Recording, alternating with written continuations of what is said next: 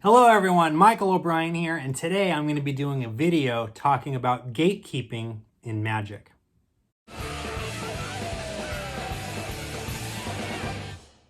Hello my friends, and welcome to another video here at O'Brien Magic on YouTube. I'm your host, Michael O'Brien, and today I just wanted to talk about something in the Magic community that I kind of think is, I don't want to say starting to become a problem, been a problem for a little while, but I guess you can call this a sort of pseudo rant kind of video talking about gatekeepers.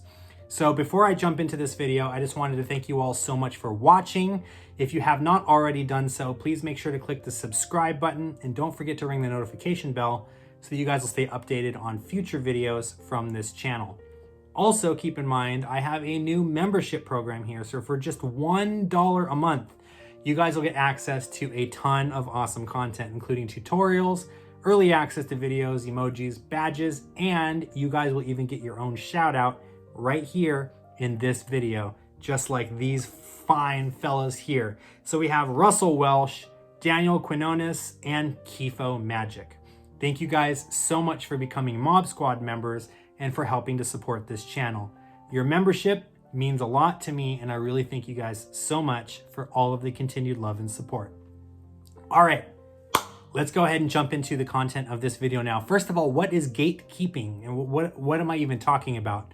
So a gatekeeper is someone that feels like they are the ones that are going to set special rules to determine who comes in and who is not allowed to come in to this community. So a lot of times, like maybe in gaming, you'll hear people say, you know, if you play Fortnite, like you're not a real gamer, like real gamers don't play Fortnite. That is gatekeeping. That is essentially saying, I don't really think that Fortnite players should call themselves real gamers, so therefore you should not be allowed into this community. Now there's a lot of that happens in Magic as well.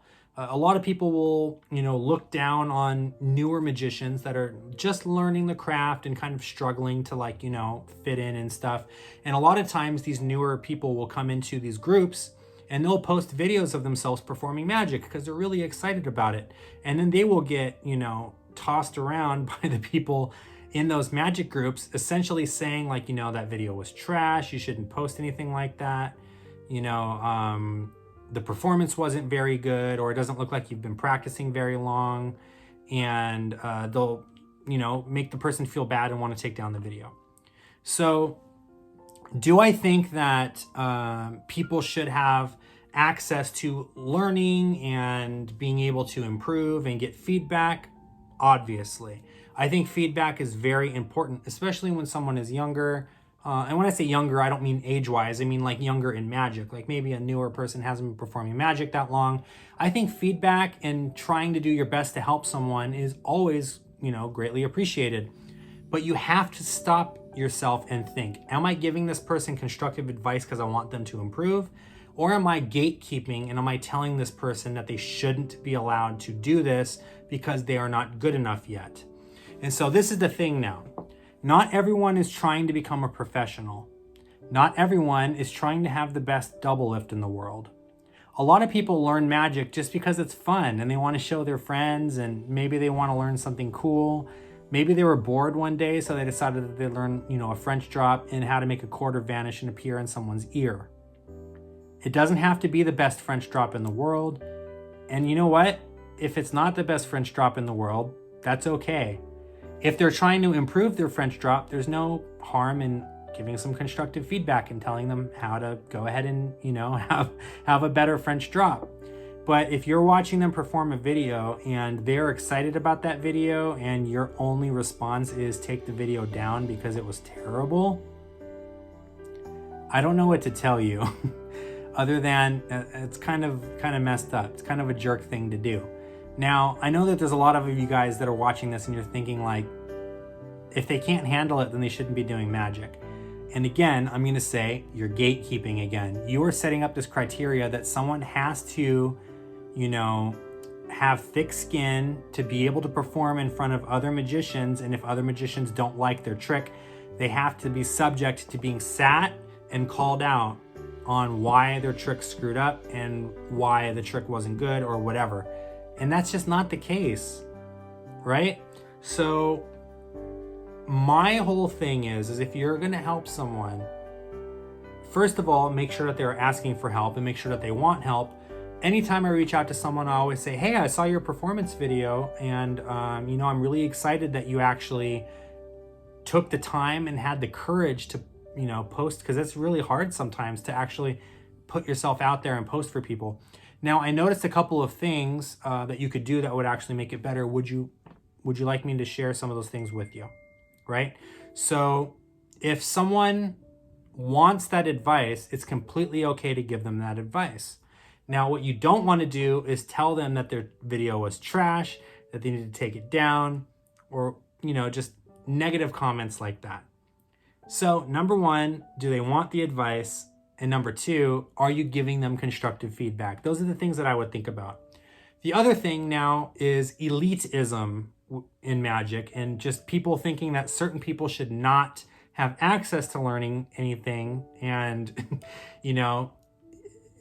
I don't know how to explain it other than just, telling people that you are not going to be a magician because I don't think that you can handle being a magician, right?